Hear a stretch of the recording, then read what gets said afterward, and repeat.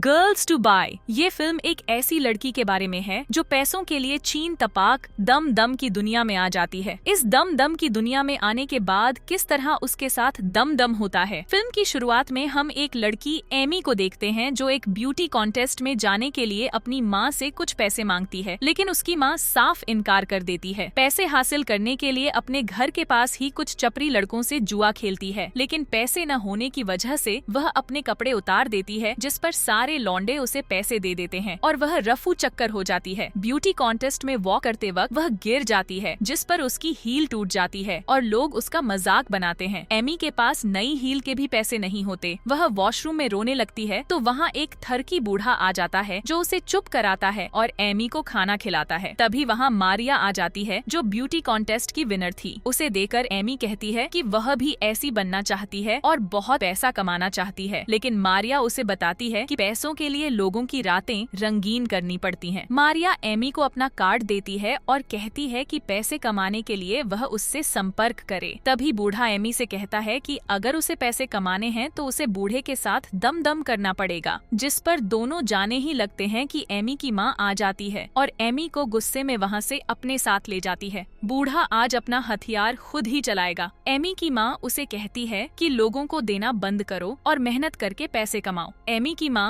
उसे वापस अपने शहर ले जा रही होती है, लेकिन एमी बस से उतर जाती है और तभी उसकी नई जिंदगी शुरू होती है। रात को एमी मारिया और उसकी माँ के साथ होती है, जो एमी को एक टैक्सी बनाना चाहती हैं और उसे बूढ़े के कमरे में भेज देती हैं, जहाँ बूढ़ा उसके साथ दम दम करता है। इसके बाद एमी रोज लोगों को देकर उनकी रातें रंगीन करती है और बहुत पैसा कमाती है। एमी एक पार्टी में होती है जब वह देखती है कि एक यॉट पर कई लड़कियाँ जा रही होती हैं और वहाँ एक रिच आदमी भी होता है। एमी मारिया से कहती है कि अमीर होने के लिए उन्हें किसी तरह से उस आदमी से बात करनी होगी। शाम को बूढ़ा एमी के नींबुओं से खेलता हुआ उसकी वीडियो बना रहा होता है। जब एमी उससे कहती है कि वह वीडियो क्यों बना रहा है तो बूढ़ा कहता है अपना हथियार अकेले में गर्म करने के लिए। एमी एक होटल में होती है जहां उसे वही अमीर आदमी दिखता है। वह मारिया के साथ मिलकर उस आदमी के साथ एक जुए का मैच लगाती है और कहती है अगर वह हार गई तो अमीर आदमी जिसका नाम डेविड है वह मारिया को ले सकता है, और तभी एमी हार जाती है। रात को मारिया डेविड को फ्री में देकर आती है और काफी खुश होती है, लेकिन उसकी माँ को मारिया का फ्री में देना पसंद नहीं आता और वे लोग होटल छोड़कर जा रहे होते हैं। जब मैनेजर एमी से कहता है कि डेविड उससे मिलना चाहता है, तभी वह तीनों डेविड से मिलते हैं। डेविड एमी को बताता है कि वह अमीर लोगों को लड़कियां सप्लाई करता है और उसे लड़कियां चाहिए होती हैं। एमी उससे डील कर लेती है। एमी अगले दिन मॉडल्स के फोटोशूट पर जाती है, जहां वह सभी मॉडल्स की नंबर वाली बुक चुरा लेती है और उन सभी को कॉल करके उनका इंटरव्यू लेती है। तभी वह उन्हें यह भी सिखाती है कि उन्हें लोगों को कैसे देना है। अगले दिन एमी सभी रशियन लड़कियों को इकट्ठा करके उन्हें फ्लाइट से फ्रांस ले जाती है। होटल में डेविड सभी लड़कियों को होटल के रूल्स बताता है कि कोई भी स्मोक नहीं करेगी और पीछे से देने से मना भी नहीं करेगी। रात को ये सभी लड़कियां पार्टी के होस्ट बिट्टू और उसके भाइयों से मिलती हैं, जो सभी मिलकर इन लड़कियों की खूब बजाते हैं और इससे एंजॉय करते हैं। अगले दिन बिट्टू अपने भाइयों के साथ एमी को कार में बुलाता है और गिफ्ट देते हुए कहता है कि वह उसके काम से काफी खुश है और उससे 50 और लड़कियों का इंतजाम करने को कहता है। अगले दिन एमी एक पिक्चर्स की ऑक्शन पर जाती है, जहां वह बर्फी को देखती है जो अपनी पेंटिंग बेचकर गरीब लड़कियों की मदद करता है। तभी एमी बर्फी की पेंटिंग महंगे दामों में लेती है और वे दोनों काफी करीब आ जाते हैं। तभी एमी बर्फी की फैमिली से मिलती है जो घोड़ों का कारोबार करते हैं। रात को एमी बर्फी की फैमिली के साथ डिनर कर रही होती है कि तभी एमी को कई मैसेजेस आ रहे होते हैं, जिस पर बर्फी का बाप समझ जाता है कि एमी एक टैक्सी है और बर्फी को शादी से मना करता है, जिस पर एमी वहां से निकल जाती है। अगले दिन एमी का मारिया और उसकी माँ से झगड़ा होता है, जिस पर वह बर्फी के घर शिफ्ट हो जाती है और बर्फी से प्यार कर बैठती है। अगले दिन एमी 50 बड़े तरबूज वाली लड़कियों को फ्लाइट पर दुबई ले जाती है, जहाँ डेविड उनमें से बड़े निपल वाली लड़कियों को एक बोट पर ले जाता है। बोट पर डेविड एमी से कहता है कि बिट्टू के डैड बीमार हैं, जिस पर दुबई का अगला बादशाह बिट्टू बन सकता है और एमी बहुत खुश होती है क्योंकि फिर पैसा ही पैसा होगा। रात को यॉट पर पार्टी होती है और बिट्टू और उसके भाई लड़कियों को पैंटी उतारने को कहते हैं, जिस पर वे खूब मजे करते हैं, लेकिन डेविड एमी को अकेले में गुस्सा करता है क्योंकि लड़कियों ने स्मोक करके रूल तोड़ा था। अगले दिन शेखों की यॉट पर बड़ी पार्टी चलती है, जहाँ एक शेख दो लड़कियों के साथ दम दम करता है और सब खूब मजे लूट रहे होते हैं। अगली रात बिट्टू का भाई एमी को पैलने लगता है, लेकिन तभी एमी मना करती है तो वह एमी को एक लापड़ लगाता है। तभी वहाँ बिट्टू आ जाता है और अपने भाई लंगूर को रोक देता है। यॉट से उतरकर वहाँ बर्फी आ जाता है जो एमी को अपने साथ एक बीच पर ले जाता है और प्रपोज कर देता है और वे दोनों खुले में ही तपाक तप करते हैं। कुछ सालों बाद हम एमी को देखते हैं जो धंधा छोड़ चुकी होती है और अब बर्फी के साथ खुश रहती है और उसका बच्चा भी हो जाता है। कुछ दिन बाद एमी के घर डेविड आता है जो उसे बताता है कि दुबई में एक बड़ी पार्टी है और प्रिंस ने उसे बुलाया है, लेकिन एमी आने से मना कर देती है। और फिर हम मारिया और उसकी माँ को भी देखते हैं जो एमी को पार्टी के लिए कन्विंस करती हैं, लेकिन एमी उन्हें भी मना कर देती है। घर आने पर वह टीवी पर देखती है तो उसकी और बूढ़े की घपाघप वाली पुरानी वीडियो प्ले हो रही होती है। ये वीडियो बर्फी का बाप देख लेता है और एमी के नींबू पकड़कर घर से उसे बाहर निकाल देता है। एमी वहाँ से मारिया के पास जाती है और फिर वे तीनों दुबई चले जाते हैं। दुबई में वे एक शानदार पार्टी देखते हैं जहाँ सारे शेख लड़कियों के खूब नींबू दबा रहे होते हैं, लेकिन तभी एमी को पता चलता है कि लंगूर ने दुबई के बादशाह बिट्टू का काम तमाम करके खुद बादशाह बन गया है और अब वह एमी से उसकी चोट का निशान दिखाता है जो उसे यॉट पर लगा था और कहता है कि वह एमी से बदला लेगा। एमी तभी वहाँ से भाग जाती है और एक रेगिस्तान में पहुँच जाती है जहाँ हम देखते हैं कि लंगूर आता है और उसे अपने साथ ले जाता है। वह एमी को वापस महल में ले जाते हैं जहाँ वह और उसके भाई एमी का खाता खोल देते हैं और एमी की हालत बहुत खराब हो जाती है और फिल्म के एंड पर हम एमी को जेल में बंद देखते हैं क्योंकि घपाघप की दुनिया में जाने वाली का यही अंजाम होता है।